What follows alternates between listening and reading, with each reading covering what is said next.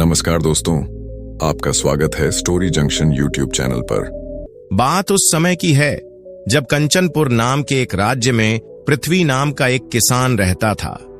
पृथ्वी एक बहुत ही मेहनती और नेक दिल इंसान था। उसके पास खेती की 10 बीघा जमीन थी। पृथ्वी अपनी कड़ी मेहनत से खेतों में काम करता और साल में 2 बार फसल लेता। अपने लहलहाते खेतों को देखकर पृथ्वी बहुत ही खुश होता था। वह अपने आप को भाग्यशाली समझता था कि उसके खेत इतने उपजाऊ हैं जितने गांव में किसी और के नहीं। गांव के दूसरे किसान भी जब पृथ्वी की मेहनत और उसके उपजाऊ खेतों को देखते तो बस यही कहते कि किस्मत तो पृथ्वी जैसी होनी चाहिए। पृथ्वी के 10 बीघा खेतों के ठीक बगल में गांव के जमींदार पवन के खेत भी लगते थे। पवन वही जमींदार था जिसने अपनी चालाकी से गांव के कई भोले भाले किसानों की जमीनें हड़प ली थीं। अब उसकी बुरी नजर पृथ्वी के खेतों पर भी थी। जब भी पवन पृथ्वी के हरे भरे लहलहाते खेतों को देखता तो अंदर ही अंदर जल भुन जाता। उसके मन में हमेशा यही ख्याल आता कि आखिर वो दिन कब आएगा जब पृथ्वी किसी मजबूरी में उसके पास कर्जा लेने पहुंचे और बदले में वह उसके उपजाऊ खेतों पर कब्जा कर ले। पवन ने पहले भी कई बार पृथ्वी के खेत हड़पने की कोशिश की थी, लेकिन हर बार उसकी चालें नाकामयाब रही थीं। पृथ्वी की ईमानदारी, धैर्य और सतर्कता ने उसे हमेशा बचा लिया था। जमींदार पवन पृथ्वी से इतना जलता था कि उसे परेशान करने का कोई भी मौका नहीं छोड़ता था। आए दिन वह कोई न कोई बहाना बनाकर पृथ्वी से झगड़ा मोल लेता। कभी पानी के बंटवारे को लेकर तो कभी मेढ़ की मरम्मत को लेकर उलझता। लेकिन पृथ्वी शांत स्वभाव का आदमी था। वह पवन के घटिया व्यवहार से अच्छी तरह वाकिफ था। वह जानता था कि पवन का हर कदम उसे फंसाने के लिए होता है। ऐसा नहीं था कि पृथ्वी को पवन के बर्ताव पर गुस्सा नहीं आता था। कई बार उसका खून खौल उठता, पर जब भी वह पवन से बदला लेने के बारे में सोचता, उसकी बूढ़ी मां उसे समझाती, बेटा, जमींदार से बैर मोल लेना हम जैसे गरीबों के लिए ठीक नहीं है। वह बहुत ही मक्कार और चालाक आदमी है। वह तो इसी मौके की तलाश में है कि कब हम कोई गलती करें और वह उसका फायदा उठाकर कोई बड़ा बखेड़ा खड़ा कर दे। पर दूसरी तरफ जमींदार पवन पृथ्वी के इस शांत स्वभाव को उसकी कमजोरी समझ बैठा था। उसे लगता था कि पृथ्वी डरपोक है और एक दिन वह डरकर खुद उसकी शरण में आ जाएगा। जमींदार पवन ने अपने कई नौकरों को भी इसी काम पर लगा रखा था कि वे हर वक्त पृथ्वी के घर के आसपास मंडराते रहें और उसकी हर गतिविधि पर नजर रखें। जो भी छोटी से छोटी खबर हो वे तुरंत पवन तक पहुंचाए। पवन के अंदर जितनी लालच और घृणा भरी थी, उतनी ही अलग उसकी पत्नी अनुराधा का स्वभाव था। अनुराधा एक अत्यंत धार्मिक और दयालु महिला थी। रोज सुबह वह गांव के पुराने शिव मंदिर में जाकर पूजा करती थी। फिर गांव के साधु महात्माओं से आशीर्वाद लेती और रास्ते में अगर कोई गरीब, असहाय या जरूरतमंद दिखाई देता तो बिना किसी भेदभाव के उसकी मदद करती थी। उसके हाथ हमेशा खुले रहते थे। कभी किसी को अन्न देती तो कभी वस्त्र और कभी धन देकर भी सहायता करती। जमींदार को अपनी पत्नी का यह व्यवहार बिल्कुल भी अच्छा नहीं लगता था, जबकि उसकी पत्नी को अपने पति का लालच और अन्यायपूर्ण स्वभाव बिल्कुल पसंद नहीं था। वह अक्सर अपने पति को समझाती और कहती, देखिए, भगवान का दिया हुआ हमारे पास सब कुछ है। हमारे पास बेहिसाब धन दौलत है, सैकड़ों एकड़ उपजाऊ जमीन है, फिर भी आप इतना लालच क्यों करते हैं? आप क्यों गरीब किसानों का हक छीनते हैं? अगर इसी तरह चलता रहा तो एक न एक दिन भगवान हमें हमारे कर्मों की सजा जरूर देंगे। लेकिन जमींदार पवन, जो अहंकार में चूर था, अपनी पत्नी की इन नेक सलाहों को एक कान से सुनता और दूसरे से निकाल देता। वह जल भुनकर गुस्से में अपनी पत्नी से कहता, अरे तुम बंद करो अपनी ये बकवास। जब देखो मुझे उपदेश देती रहती हो। तुम्हें तो दुनियादारी की जरा भी समझ नहीं है। ऐसे ही थोड़ी ना मैंने इतनी जमीन जायदाद खड़ी कर ली है। मैंने कई तरह के हथकंडे अपनाए हैं, तिकड़में लगाई हैं, तभी जाकर इतना बड़ा साम्राज्य बना पाया हूं। अगर मैं तुम्हारी तरह धर्म कर्म में लगा रहता तो कब का कंगाल हो चुका होता। इस तरह अक्सर पति पत्नी के बीच वाद विवाद होता रहता था। दोनों एक दूसरे की सोच से असहमत रहते थे और धीरे धीरे उनके संबंधों में भी एक दूरी सी बनती जा रही थी। इधर जमींदार और किसान पृथ्वी के खेतों के बीच महज एक छोटी सी नहर थी। उसी नहर से दोनों खेतों को पानी मिलता था। नहर का पानी पहले जमींदार के खेतों में आता था और फिर एक पतली धारा के माध्यम से पृथ्वी के खेतों की ओर बढ़ता था। जमींदार पवन ने इसी नहर के बहाव को पृथ्वी के खिलाफ एक हथियार बनाने का नापाक इरादा कर लिया। एक दिन सुबह सुबह जब गांव पर हल्का सा कुहासा छाया हुआ था, पवन ने अपने विश्वासपात्र नौकरों को बुलाया और फुसफुसाते हुए कहा, सुनो, आज दिन ढलने के बाद जब अंधेरा फैल जाए तो तुम सब मेरे खेतों पर जाना। वहां जहां से पानी पृथ्वी के खेतों में जाता है, एक बड़ा सा पत्थर लाकर रख देना। पानी को पूरी तरह से रोक देना। फिर देखना कैसे वह बेचारा तड़पेगा और अपनी नाक रगड़ता हुआ मेरे पास आकर गिड़गिड़ाएगा। तब जाकर मेरे दिल को सच्ची ठंडक मिलेगी। नौकरों ने सिर झुकाकर आदेश स्वीकार कर लिया। दिन भर चुपचाप काम करने के बाद जैसे ही सूरज अस्त हुआ और गांव में अंधकार पसरने लगा, जमींदार के नौकर चोरी छिपे उस नाले के पास पहुंचे। उन्होंने एक भारी भरकम पत्थर घसीटते हुए लाकर नहर में रख दिया और पानी का रास्ता पूरी तरह से बंद कर दिया। रात के सन्नाटे में यह साजिश किसी को भनक तक लगे बिना पूरी कर ली गई। अगली सुबह जब भोर का उजाला फैला तो पवन स्वयं एक बड़े पेड़ के पीछे छिपकर उस स्थान पर आ पहुंचा।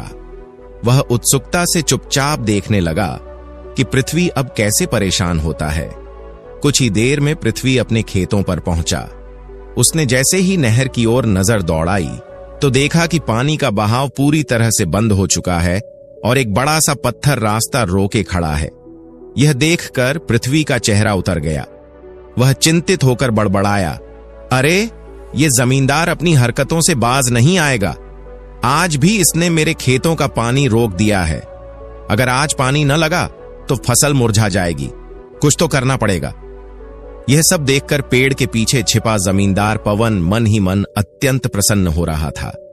उसकी आंखों में एक घिनौनी चमक थी, जैसे किसी शिकारी को अपने फंसे हुए शिकार को देखकर होती है। इधर पृथ्वी ने आव देखा न ताव, क्रोध में आकर जोर से आवाज लगाई, जमींदार पवन, बाहर आ। पवन, जो पहले से ही छुपा हुआ था, बड़े बनावटी भाव से सामने आया और बोला, क्या हुआ पृथ्वी, क्यों चिल्ला रहे हो इस तरह? पृथ्वी ने गुस्से से कहा, मैं चिल्ला रहा हूं क्योंकि तुमने मेरे खेतों में जाने वाला पानी रोक दिया है। देखो नहर में कैसे बड़ा सा पत्थर रखवा दिया है। पवन ने बनावटी हैरानी दिखाते हुए कहा, अरे नहीं नहीं पृथ्वी, मैं ऐसा गजब नहीं कर सकता। नहर में कोई पत्थर आ गया होगा अपने आप। खैर कोई बात नहीं, मैं जाकर देखता हूं। अभी तुम्हें थोड़ा इंतजार करना होगा जब तक मेरे नौकर नहीं आ जाते। पृथ्वी ने झुंझलाते हुए कहा, अरे लेकिन नौकर कब तक आएंगे जमींदार? पवन ने कंधे उचकाकर कहा, पृथ्वी, आज तो वे सभी छुट्टी पर हैं। हां, कल जरूर आ जाएंगे, तब मैं यह काम करवा दूंगा। पृथ्वी हताश और परेशान होकर बोला, मगर मैंने तो आज ही अपनी फसलों को पानी लगाना है। जमींदार ने ठंडी मुस्कान के साथ कहा, भाई, इसमें मैं अब क्या कर सकता हूं? नौकरों वाले काम मैं खुद तो करने से रहा।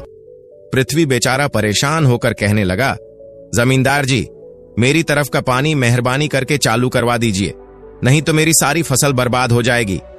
जमींदार पवन ने पृथ्वी की बेबसी देखकर मन ही मन मजा लेते हुए कहा, अच्छा भाई, अब जब तुम इतना गिड़गिड़ा ही रहे हो तो मुझे खुद ही नौकरों वाले काम करने पड़ेंगे। फिर बड़ी मजबूरी का नाटक करते हुए पवन ने जाकर पृथ्वी के खेतों की तरफ जाने वाले पानी का रास्ता खोल दिया। पानी का प्रवाह शुरू होते ही पृथ्वी ने राहत की सांस ली। वह खुशी खुशी अपने खेतों में पानी लगाने लगा और जब तक फसल की जड़ों तक पानी नहीं पहुंच गया, वह वहीं डटा रहा। सारा काम निपटाने के बाद वह संतोष भरे मन से अपने घर लौट आया। लेकिन पवन के मन में पृथ्वी के प्रति द्वेष और मजाक उड़ाने की भावना अभी खत्म नहीं हुई थी। अगली सुबह उसने एक नई चाल चली। उसने अपने घर के एक मरियल से कमजोर और आधे भूखे गधे को पृथ्वी के खेतों में छोड़ दिया। थोड़ी देर बाद जब पृथ्वी अपने खेतों में आया तो उसने देखा कि एक दुबला पतला गधा उसके खेतों की हरी भरी फसल को चर रहा था। यह देख पृथ्वी का माथा ठनक गया। वह गुस्से से चिल्लाया, अरे गधे, चल भाग यहां से, फौरन निकल। लेकिन वह गधा तो आखिर गधा था। उसे पृथ्वी की डांट फटकार समझ में नहीं आई। वह निडर होकर आराम से हरी हरी फसल चरता रहा, जैसे यह खेत उसी के लिए बने हो। पृथ्वी ने फिर से पवन को आवाज लगाई, अरे पवन, जरा इधर तो देखो। तभी जमींदार पवन, जो पास के एक झाड़ी के पीछे छिपा हुआ सब तमाशा देख रहा था, बाहर आया और बनावटी मासूमियत से बोला, क्यों पृथ्वी भाई, क्यों गला फाड़ रहे हो? पृथ्वी ने गुस्से में कहा, जमींदार, तुम्हारा गधा मेरे खेतों में चर रहा है। इस तरह से तो यह मेरी पूरी फसल बर्बाद कर देगा। पवन ने लापरवाही से कंधे उचकाते हुए जवाब दिया, अरे भाई, गधा ही तो है। अब वह किसी पाठशाला में तो पढ़ा नहीं है कि उसे खेत का कायदा पता चले। उसे भूख लगी होगी तो पेट भरने के लिए आ गया। इसमें कौन सी बड़ी आफत आ गई? पृथ्वी ने झल्ला कर कहा, क्या आफत आ गई? दिखाई नहीं देता? इस गधे ने मेरी आधी फसल छट कर दी है और तुम कहते हो कोई आफत नहीं आई। गुस्से में भरे पृथ्वी ने गरजते हुए कहा, अभी के अभी इसे मेरे खेतों से निकालो, वरना मैं मार मार कर इसकी टांगें तोड़ दूंगा। अक्सर शांत स्वभाव वाला पृथ्वी इस तरह से उग्र होकर धमकी दे रहा था। यह देखकर जमींदार को भी गुस्सा आ गया। वह भी तैश में आकर बोला, खबरदार पृथ्वी, अपना डंडा जरा दूर ही रखना, वरना मैं भी अपनी जूती से तेरा सिर गंजा कर दूंगा। पृथ्वी ने उबलते हुए कहा, अरे जमींदार, बाकी लोग भले ही तुझसे डरते हों, लेकिन पृथ्वी तुझसे नहीं डरता। बड़ा आया सिर गंजा करने वाला, भगवान से डर, मुझ जैसे गरीब का हक मारता है। कहीं ऐसा ना हो कि तेरी जूती तेरे ही सिर पर पड़ जाए। जमींदार ने कुटिल मुस्कान बिखेरते हुए कहा, ठीक है पृथ्वी, शांत हो जा। मैं अभी अपने गधे को समझा दूंगा कि वह कल से तेरे खेतों में ना आए। इसके बाद दोनों अपने अपने घर चले गए। लेकिन पवन जमींदार कहां मानने वाला था। उसके भीतर की शरारती प्रवृत्ति फिर जाग उठी। अगले दिन सुबह होते ही उसने फिर से अपने उसी मरियल गधे को पृथ्वी के खेतों में छोड़ दिया। खुद वह पास के पेड़ के पीछे छिपकर बैठ गया और सोचने लगा, आज पृथ्वी जब मेरे गधे को फिर से अपने खेतों में देखेगा तो आग बबूला हो उठेगा। उसे तिलमिलाते हुए देखकर मुझे बड़ा मजा आएगा। थोड़ी देर बाद पृथ्वी अपने खेतों पर आया। दूर से ही उसने देखा कि वही गधा फिर से उसके खेतों की फसल पर धावा बोल चुका है। इस बार पृथ्वी का धैर्य पूरी तरह जवाब दे गया। वह तेजी से दौड़ता हुआ पास गया, एक मोटा सा डंडा उठाया और गधे की तरफ लपका। वह गधा बेचारा मार खाता रहा, लेकिन आखिर वह भी कब तक सहता। दर्द के मारे उसने जोर से रेंकते हुए वहां से भागने की कोशिश की। डंडे की मार से बचते बचाते गधा बदहवास होकर दौड़ पड़ा। सामने लाला बच्ची राम के घर के पास एक पुराना सूखा कुआं था। दुर्भाग्य से उसकी कोई मुंडेर नहीं बनी थी।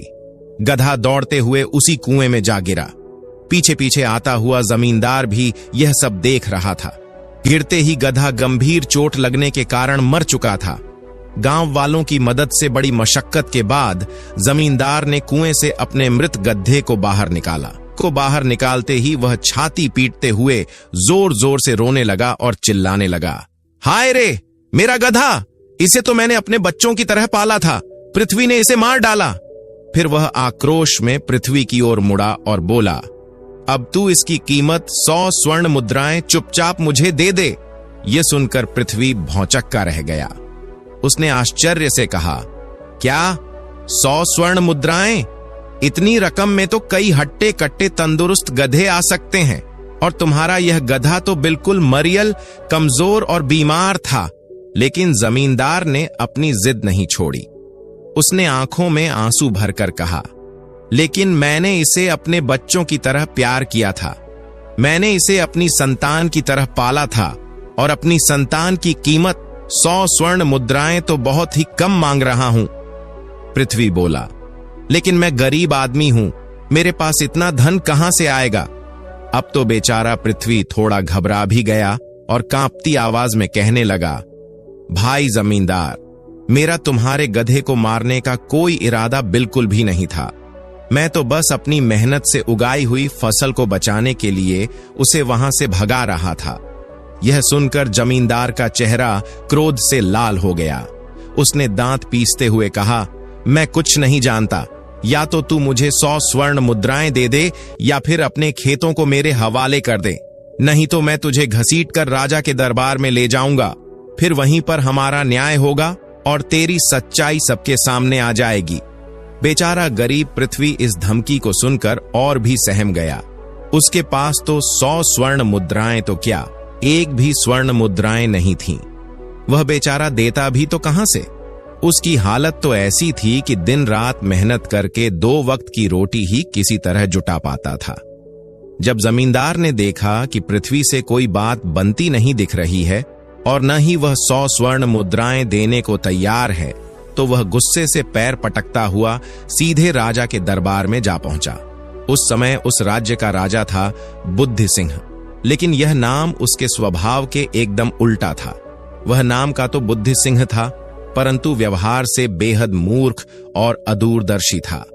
राजा अक्सर अपने चापलूस दरबारियों के घेरे में बैठा रहता था, जो दिन रात उसकी झूठी तारीफें करते रहते थे। दरबारी राजा की अक्लमंदी की मिसालें गढ़ते और राजा अपने मन में सोचता कि इस धरती पर उससे ज्यादा चतुर और न्यायप्रिय कोई और है ही नहीं। उसे यह भी भ्रम था कि उसके न्याय के चर्चे दूर दूर तक फैल चुके हैं।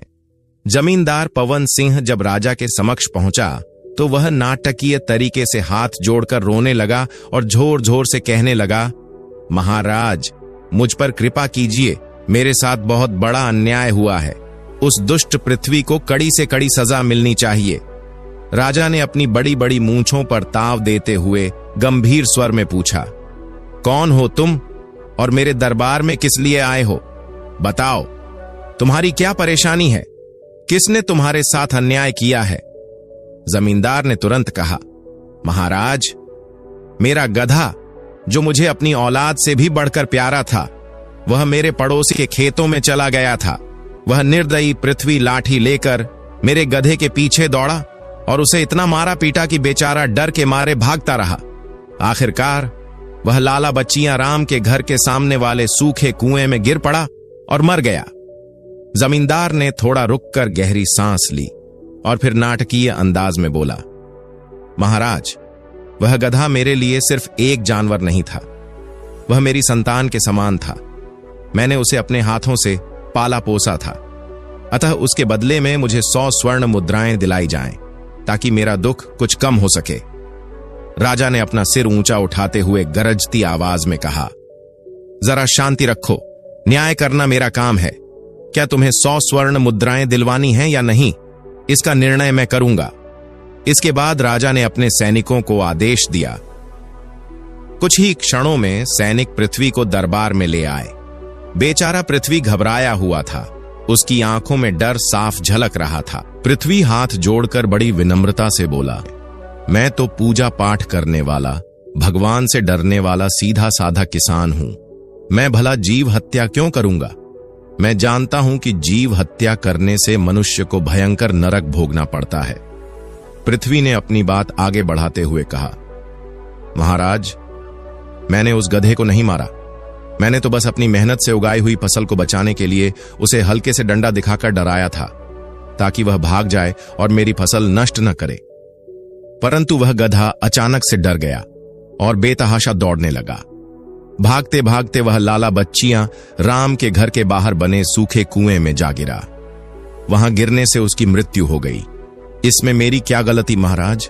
न मैंने उसे मारा और न ही जानबूझकर कुएं में गिराया।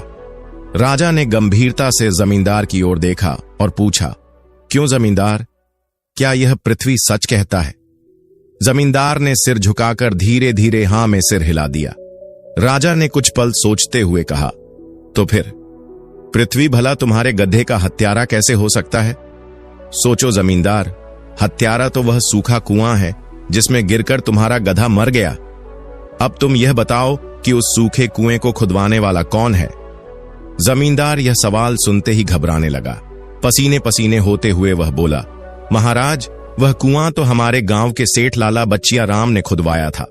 राजा ने कड़े स्वर में कहा, तो फिर ठीक है, पृथ्वी को आदर सम्मान के साथ दरबार से विदा किया जाए और उसे उसके घर भिजवा दिया जाए। साथ ही लाला बच्चियां राम को तुरंत दरबार में पेश किया जाए। अब न्याय का असली निर्णय उसके सामने सुनाया जाएगा। राजा के आदेश के बाद सिपाही फौरन लाला बच्चियां राम को दरबार में बुलाने दौड़े। कुछ ही समय में लाला बच्चियां राम भव्य पोशाक में सिर झुकाए हुए दरबार में हाजिर हुआ। उसने राजा के सामने हाथ जोड़ते हुए झुककर प्रणाम किया और बोला, महाराज, मेरा सादर प्रणाम स्वीकार कीजिए। कृपया बताइए, मेरे लिए क्या आज्ञा है? राजा ने उसे गहरी नजरों से देखते हुए कहा, आज्ञा तो मैं बाद में दूंगा, पहले तुम एक सवाल का जवाब दो। क्या तुम्हारे घर के सामने एक सूखा कुआं खुदा हुआ है? लाला बच्चियां राम थोड़ी देर सोचकर बोला, जी महाराज, मेरे घर के सामने सचमुच एक सूखा कुआं है। राजा का चेहरा और भी कठोर हो गया। उसने सिंहासन पर थोड़ा आगे झुकते हुए गंभीर आवाज में कहा, तो फिर ठीक है, अब सुनो, तुम्हें फौरन अपनी गलती की सजा भुगतने के लिए तैयार हो जाना चाहिए। तुम्हें मालूम है कि तुम्हारे उस खुले सूखे कुएं में गिरकर जमींदार पवन सिंह का प्यारा गद्दा मर गया है, जिसे वह अपनी संतान से भी अधिक प्रेम करता था। इस कारण तुम्हें इस मृत्यु के लिए जिम्मेदार ठहराते हुए फांसी की सजा सुनाई जाती है। यह सुनते ही लाला बच्चियां राम के चेहरे का रंग उड़ गया। वह कांपते हुए हाथ जोड़कर राजा के सामने गिर पड़ा और बोला, महाराज, मुझ पर कृपा कीजिए। गधे की मृत्यु का सारा दोष मुझ पर डालना उचित नहीं होगा। मैं निर्दोष हूं। लाला ने अपनी सफाई देते हुए कहना शुरू किया, महाराज, मैंने वह कुआं अपने निजी स्वार्थ के लिए नहीं, बल्कि गांव की भलाई के लिए खुदवाया था। मेरा उद्देश्य तो यही था कि गांव वालों को दूर दराज से पानी लाने का कष्ट न उठाना पड़े। हां, दुर्भाग्य से वह कुआं सूखा रह गया, लेकिन इसमें मेरी कोई मंशा खराब नहीं थी। लाला ने आगे स्पष्टीकरण दिया, महाराज, असल में मैंने यह काम जमीन के जानकार भरताई की सलाह पर किया था। उसने ही बताया था कि उस जगह पर खुदाई करने से पानी निकलेगा, लेकिन जब खुदाई करवाई गई तो दुर्भाग्य से पानी नहीं निकला। यदि पानी निकलता तो मैं अवश्य ही कुएं पर एक मजबूत मुंडेर बनवाता, ताकि कोई जानवर या आदमी उसमें गिर न सके। परंतु पानी न निकलने के कारण मैंने सोचा कि यह अब बेकार पड़ा है, और इस कारण मुंडेर बनवाने का प्रयास भी नहीं किया। अगर पानी निकल आता होता तो यकीन मानिए महाराज, पवन सिंह का गधा कभी भी उस कुएं में न गिरता। राजा ने गंभीरता से सिर हिलाते हुए कहा, तो इसका मतलब यह हुआ कि असली दोष तो उस जमीन के जानकार भरताई का है, जिसने गलत जगह खोदाई का सुझाव दिया। फौरन ही राजा ने अपने मंत्री की ओर देखा और आदेश दिया, मंत्री जी, बिना समय गंवाए तुरंत जमीन के जानकार भरताई को दरबार में हाजिर किया जाए। देखना है कि असली दोषी कौन है। मंत्री ने सिपाहियों को आदेश दिया और थोड़ी ही देर में भरताई को दरबार में पेश किया गया। भरताई के चेहरे पर डर साफ झलक रहा था। वह घबराया हुआ सामने खड़ा था। राजा ने तीखे स्वर में कहा, भरताई, तुम्हारे ऊपर गंभीर आरोप लगे हैं। तुम्हें लाला बच्चियां राम को कुआं खुदवाने के लिए गलत स्थान बताने का दोषी माना गया है। जिस जगह पर तुमने खुदाई करने का परामर्श दिया, वहां पानी नहीं निकला। नतीजतन कुएं पर मुंडेर नहीं बनवाई गई। अब बताओ, तुम्हें अपने इस अपराध का क्या उत्तर देना है? भरताई ने कांपती आवाज में सिर झुकाते हुए कहा, महाराज, मुझे क्षमा करें, किंतु मैं खुद को इस दुर्घटना का पूरी तरह से दोषी नहीं मानता। असल में मैंने जिस स्थान पर खुदाई करने की सलाह दी थी, खुदाई वहीं नहीं हुई। भरताई ने साहस जुटाकर आगे कहा, जहां पर खुदाई कराई गई है, वहां मैंने खुदाई करने के लिए नहीं कहा था। मैंने तो उस स्थान से लगभग 10 फीट दूर एक अलग जगह खोदने का निर्देश दिया था। यदि खुदाई सही स्थान पर होती तो निश्चित रूप से कुएं में प्रचुर मात्रा में पानी निकलता और फिर कभी ऐसी दुर्भाग्यपूर्ण घटना न घटती।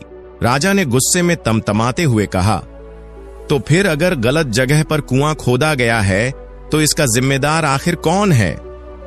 यह सुनकर भरताई ने डरते डरते कहा, महाराज, कुआं खुदवाने की पूरी जिम्मेदारी तो उस मजदूर की थी जिसने खुदाई का काम किया था।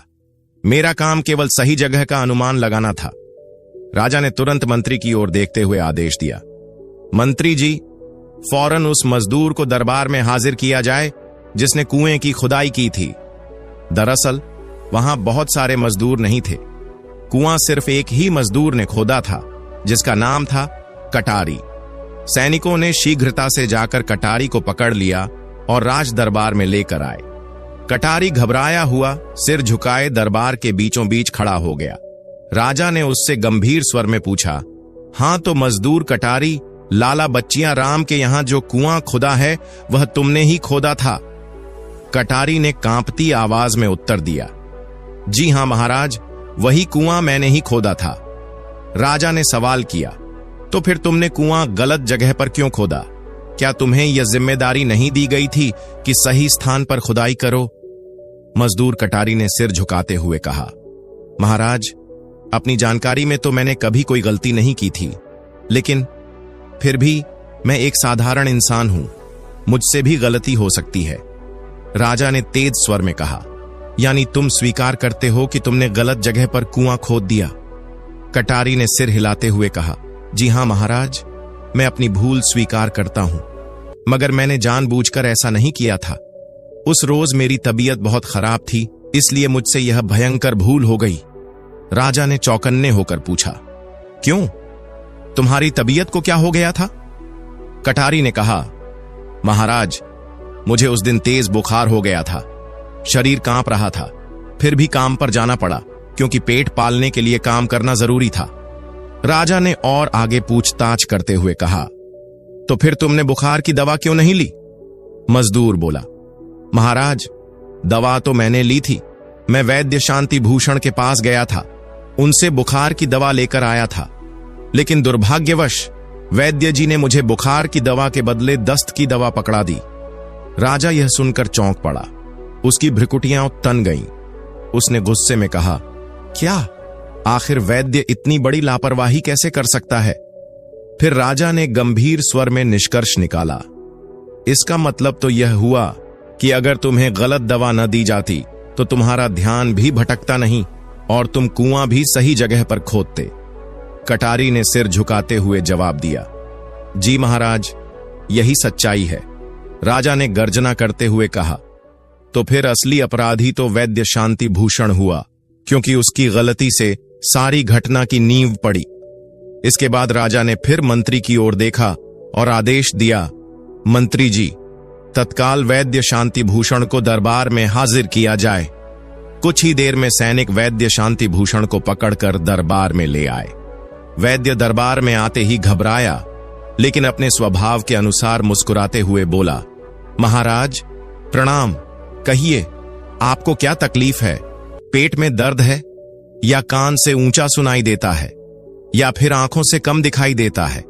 मैं हर तरह की बीमारी की फटाफट दवा दे सकता हूं।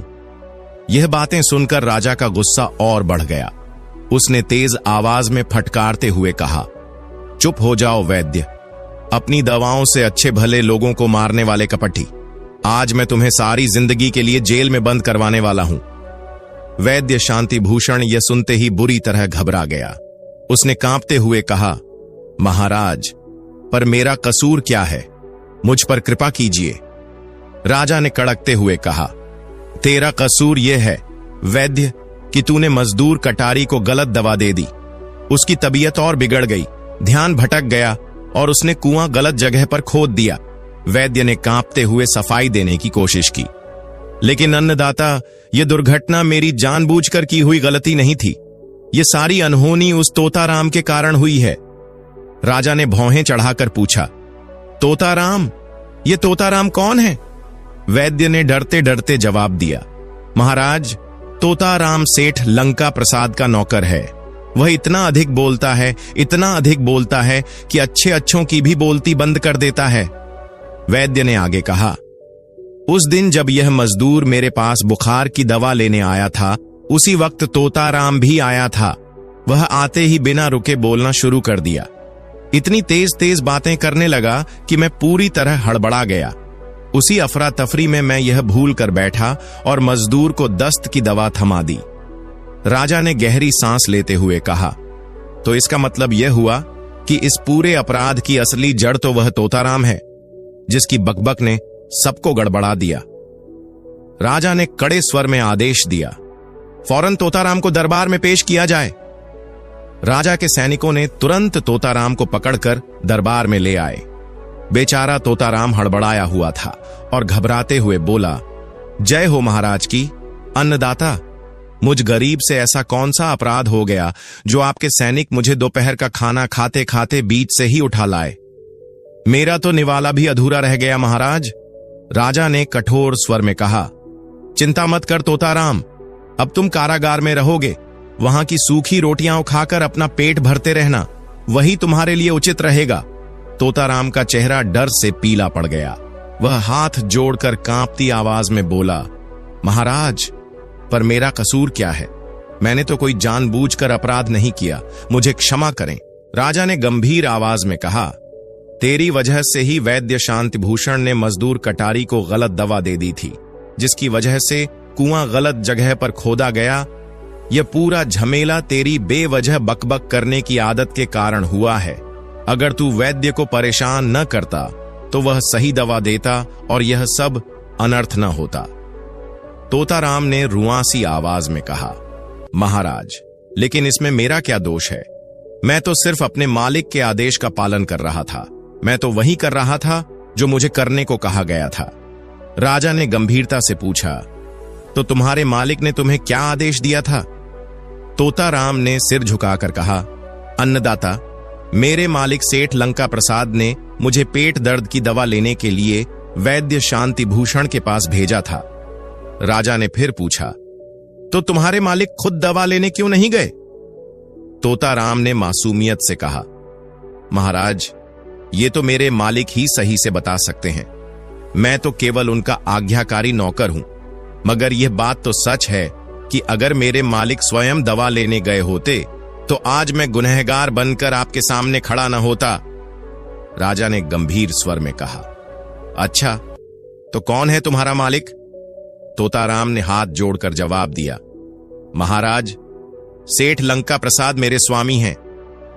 यह सुनते ही राजा ने तुरंत आदेश दिया, सेठ लंका प्रसाद को भी दरबार में बुलाया जाए। कुछ ही समय में सैनिक सेठ लंका प्रसाद को दरबार में ले आए। सेठ दरबार में आते ही सिर झुकाकर बोला, प्रणाम महाराज, आपने मुझे बुलाया है? राजा ने गंभीरता से कहा, हां, बुलाया है, और अब मैं तुम्हें कारागार में डालने जा रहा हूं। सेठ लंका प्रसाद चौंक गया। उसने कांपते हुए पूछा, महाराज, लेकिन क्यों? मैंने तो कोई अपराध नहीं किया। राजा ने कठोर स्वर में कहा, क्योंकि तुमने अपने नौकर तोताराम को दवा लाने के लिए वैद्य शांति भूषण के पास भेजा था। उसी से सारा अनर्थ आरंभ हुआ। अगर तुम खुद जाते तो यह दुर्घटना न होती। सेठ ने घबराकर सफाई दी, महाराज, महीनों बीत चुके हैं। मैंने तो वैद्य शांति भूषण से कोई ताजा दवा नहीं मंगवाई थी। राजा ने तीखे स्वर में कहा, लेकिन महीनों पहले तो तुमने दवा मंगवाई थी ना? सेठ ने सिर खुजाते हुए याद करते हुए कहा, हां महाराज, अब याद आया। सचमुच महीनों पहले मैंने वैद्य जी से दवा मंगवाई थी। उस समय मेरे पेट में बहुत भयंकर दर्द हो रहा था। मैं इतनी बुरी तरह से तड़प रहा था कि खुद वैद्य जी के पास जाने में असमर्थ था। सेठ ने आगे सफाई देते हुए कहा, वैसे भी महाराज, नौकर चाकर तो इसीलिए रखे जाते हैं कि वक्त जरूरत उन पर काम का बोझ डाला जा सके। मैं समझता हूं कि उस समय मैंने तोताराम को वैद्य जी के पास भेजकर कोई अनुचित कार्य नहीं किया था। राजा ने उसे कड़क कर फटकारते हुए कहा, गलती नहीं की, बहुत बड़ी गलती की है तुमने। अगर तुम तोताराम को दवा लेने के लिए न भेजते तो वह वैद्य को बकबक करके परेशान न करता, फिर वैद्य गलत दवा न देता। इस सारे फसाद की जड़ तुम ही हो। असली अपराधी तुम हो, सेठ लंका प्रसाद। सेठ लंका प्रसाद ने हाथ जोड़कर दयनीय स्वर में कहा, महाराज, मेरी विनती सुनिए। मैं इसके लिए जिम्मेदार नहीं हूं। यदि आप गहराई से विचार करें तो देखेंगे कि असली कारण तो कुछ और है। राजा ने भ्रुकुटियां चढ़ाते हुए पूछा, क्या मतलब? सेठ ने धैर्य से उत्तर दिया, जरा सोचिए महाराज, यदि उस समय मेरे पेट में दर्द न हुआ होता तो मैं नौकर को दवा लाने के लिए क्यों भेजता? मैं स्वयं वैद्य जी के पास चला जाता। राजा ने गहरी सांस लेते हुए स्वीकार किया, यकीनन अगर तुम्हें दर्द नहीं होता तो शायद ये सारी घटनाएं न होती। सेठ ने सिर झुकाते हुए धीरे से कहा, तो फिर महाराज, सारी मुसीबत की जड़ मेरे पेट का दर्द है। राजा ने गंभीर स्वर में पूछा। हां, बात तो ठीक है, लेकिन यह तो बताओ, तुम्हारे पेट में दर्द हुआ कैसे था? सेठ लंका प्रसाद ने सिर झुकाकर उत्तर दिया, महाराज, दरअसल बात यह है कि उस दिन मैं अपने पुराने मित्र जमींदार पवन के यहां एक भव्य दावत में आमंत्रित था। पवन ने बड़ी धूमधाम से दावत का आयोजन किया था। वहां तरह तरह के स्वादिष्ट व्यंजन परोसे गए थे। हर व्यंजन की खुशबू इतनी मोहक थी कि मैं खुद को रोक नहीं पाया और पेट भर भर कर भोजन कर लिया। सेठ ने अपनी सफाई में आगे कहा, महाराज, खाने के बाद नाना प्रकार की मिठाइयां भी परोसी गईं। रसगुल्ले, जलेबी, हलवा और पेड़े। मैंने भी स्वाद में बहकर मिठाइयों पर टूट पड़ा। उस समय तो बड़ा आनंद आया, किंतु जब रात को मैं अपने घर लौटा और विश्राम करने को लेटा, तभी अचानक मेरे पेट में भयंकर दर्द उठ खड़ा हुआ। राजा ने कुछ पल चुप रहकर गहन सोच में डूबते हुए कहा, तो इसका मतलब असली कसूरवार तो जमींदार पवन है, जिसने तुम्हें दावत में अधिक भोजन करवाकर बीमार कर दिया। राजा ने तुरंत अपने मंत्री की ओर देखा और आदेश दिया, मंत्री जी, तुरंत जमींदार पवन को दरबार में पेश किया जाए। उसे इस अपराध की सजा मिलनी चाहिए। मंत्री ने झुककर कहा, महाराज, जमींदार पवन तो पहले से ही दरबार में हाजिर हैं। वही तो यह फरियाद लेकर आया था। राजा ने हंसते हुए कहा, यह तो और भी अच्छी बात है। अगर वह दरबार में ही है तो फिर असली अपराधी तो वही निकला। सैनिकों, उसे तुरंत पकड़ो और कारागार में डाल दो। राजा ने और भी कठोर स्वर में कहा, सुनो, कल सुबह इसे 100 कोड़े मारने की सजा दी जाएगी, ताकि भविष्य में कोई भी ऐसी लापरवाही न कर सके। राजा के आदेश का पालन करते हुए सैनिकों ने झपट कर जमींदार पवन को पकड़ लिया। उन्होंने उसके दोनों हाथ कसकर बांध दिए। पवन घबराकर गिड़गिड़ाने लगा, नहीं महाराज, मुझ पर दया कीजिए, मैं निर्दोष हूं, मुझे क्षमा कर दीजिए। लेकिन अब उसकी कोई सुनवाई नहीं थी। जमींदार पवन के सामने अब पछताने के अलावा कोई और रास्ता नहीं बचा था। सोचते सोचते वह गहरे पछतावे में डूब गया। वह मन ही मन सोचने लगा, अरे, मैं तो किसान पृथ्वी को सजा दिलवाने के लिए राजा के दरबार में आया था। सोच रहा था कि उसे नीचा दिखाऊंगा, उसे बेइज्जत करवाऊंगा, लेकिन किस्मत ने कैसी पलटी मारी कि अब मैं खुद ही इस जंजाल में बुरी तरह फंस चुका हूं। अपनी ही बिछाई हुई चाल में मैं खुद ही शिकार बन गया। पवन को याद आया पृथ्वी का वह भोला भाला चेहरा और उसके कहे हुए शब्द, भगवान से डरो पवन, किसी गरीब का दिल मत दुखाओ, अन्यथा ऊपर वाला तुझे ऐसा सबक सिखाएगा कि तू जिंदगी भर याद रखेगा। अब पवन को समझ में आ रहा था कि पृथ्वी की चेतावनी कितनी सच्ची थी। वह भारी मन से सोचने लगा, काश मैंने पृथ्वी जैसे सीधे सच्चे गरीब किसान को न सताया होता। अगर मैंने उसकी जमीन हथियाने की साजिश न रची होती तो आज इस अपमान और सजा का सामना न करना पड़ता। अगले दिन सुबह होते ही पूरे गांव के लोगों को दरबार में इकट्ठा किया गया। सैनिकों ने सबके सामने जमींदार पवन को खंभे से बांध दिया और उसे 100 कोड़े मारे। हर कोड़े की मार के साथ पवन की चीखें गूंजती रहीं, लेकिन राजा का हुक्म था, सजा पूरी होनी चाहिए।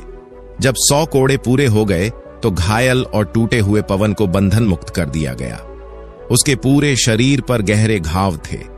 उसे जब दरबार से बाहर निकाला गया तो वह बिल्कुल बदल चुका था। उस दिन के बाद से जमींदार पवन ने कभी भी किसान पृथ्वी को परेशान नहीं किया। न केवल पृथ्वी, बल्कि अब वह गांव के हर गरीब किसान के साथ सहानुभूति और सम्मान का व्यवहार करने लगा। उसके व्यवहार में अब विनम्रता और दयालुता का संचार हो चुका था और गांव के बाकी किसानों के साथ भी उसका वर्ताव अब बहुत ही मधुर हो चुका था। तो दोस्तों, अगर आपको आज की कहानी अच्छी लगी तो चैनल को सब्सक्राइब करके हमें सपोर्ट कर दीजिए। फिर मिलते हैं एक नई कहानी के साथ।